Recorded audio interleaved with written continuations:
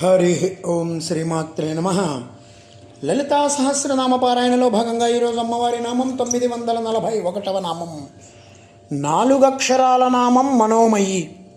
ఈ నామంతో అమ్మవారికి నమస్కారం చేసుకున్నప్పుడు ఓం మనోమయే నమః అని చెప్పుకోవాలి.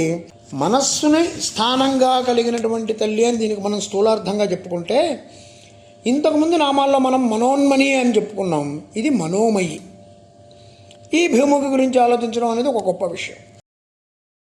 మనోమయి అనే మాటకి శాస్త్రసిద్ధంగా నిర్వచనం ఉంది.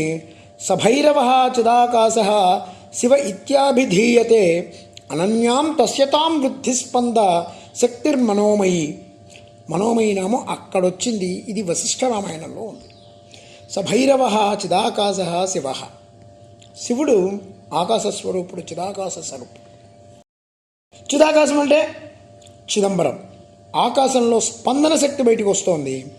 ఆకాశంలో స్పందన శక్తి రాగానే ఒక్కసారిగా నక్షత్రాలు, గ్రహాలు, జ్యోతిర్గణాలు అన్నీ వచ్చేసాయి.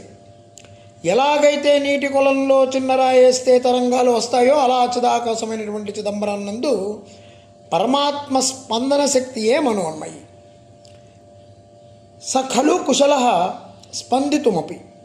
స్పంద శాస్త్రమని కాశ్మీర శైవ సిద్ధాంతంలో చాలా అద్భుతమైనటువంటి విజ్ఞానం ఉంది. దాన్ని ఇక్కడ మనం భావన చేసుకోవాలి. పరమేశ్వరుడి యొక్క స్పందన శక్తే అమ్మవారు. స్పందన శక్తినే మనోమయి అంటున్నాం. మనసైవానుదృశ్యవ్య అంటే మనస్సు చేతనే చిరంతరం చూడదగినటువంటి పరమాత్మతత్వం, అది పరదేవత. మనస్సు అన్నమయ, ప్రాణమయ, మనోమయ, విజ్ఞానమయ, ఆనందమయ, ఈ పంచకోశాల మధ్యలో ఉంది. ఇంతకుముందు కూడా మనం దీని గురించి చెప్పుకున్నాం. ఇటు 2 కోశాలు, అటు 2 కోశాలు ఉన్నాయి. అన్నమయ, ప్రాణమయాలదంతా బయట ప్రపంచపు గొడవ, విజ్ఞానమయ, ఆనందమయాలదంతా లోపలి గొడవ. ఈ రెండిటికి మధ్యలో మనస్సు ఉన్నది. ఈ మనస్సు ద్వారం లాంటిది. దీన్ని కనుక మనం బాగు చేసుకుంటే అటు ఇటు కూడా బాగుంటుంది. అంటే లోపల బయట కూడా బాగుంటుంది. మనోమయి అయినటువంటి శక్తి తన మనోమయ కోశంలో పనిచేస్తూ తద్వారా మిగిలిన 2 కోశాలను నడుపుతున్న తల్లిది మనోమయి అన్నాం.